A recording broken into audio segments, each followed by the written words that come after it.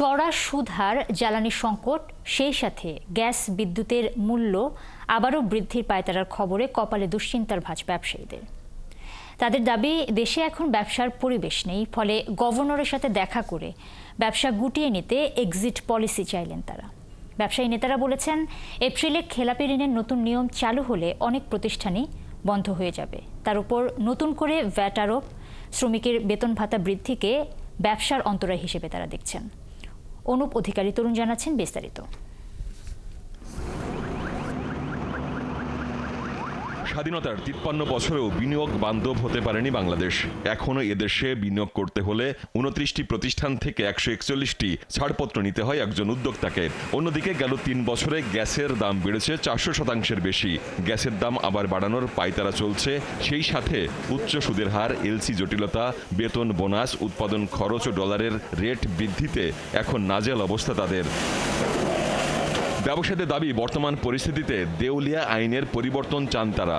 বলেন, খেলাপি হয়ে জেলে যাওয়ার পরিবর্তে এক্সিট পলিসি অর্থাৎ ব্যবসা থেকে সম্মান নিয়ে বেরিয়ে যেতে চান তারা।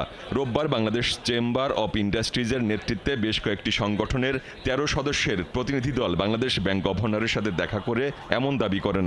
গভর্নর মহোদয়ের সাথে আমরা আলাপ করলাম।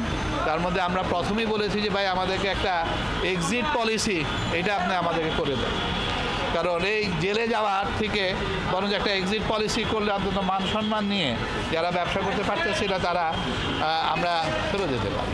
ইচ্ছাকৃত ঋণ খেলাপির দায় অন্য ব্যবসায়ীদের না, এবং বাংলাদেশ ব্যাংক সহ অন্য ব্যাংকগুলোও এই দায় এড়ানোর সুযোগ নেই উল্লেখ করেন বিসিআই প্রেসিডেন্ট। তিনি এও বলেন, ক্যাশ ইনসেন্টিভ না পেলে ইন্ডাস্ট্রিগুলো মরে যাবে। ক্লাসিফিকেশন 3 মাসই যদি হয়, তাহলে এপ্রিলের মধ্যে আপনারা 60-70% ইন্ডাস্ট্রি দেখবেন যে বসে গেছে। আমি ওনাকে একটা জিনিস বলেছি যে আমাদের ক্যাশ ইনসেন্টিভ উইথড্র হচ্ছে, আমাদের স্যালারি বাড়ছে, আবার 9% ইনক্রিমেন্টও হলো 2 বছরে, তা আমরা how we gonna be competitive. LC জটিলতা দূর করা এবং সুদের হার কমানোর দাবি করেন বিজিএম এর প্রশাসক আনোয়ার হোসাইন। অ্যাসেট এবং কোয়ালিটি দেখে ওনারা যেগুলো সাস্টেন করার মতো সেগুলো সাপোর্ট দিবেন।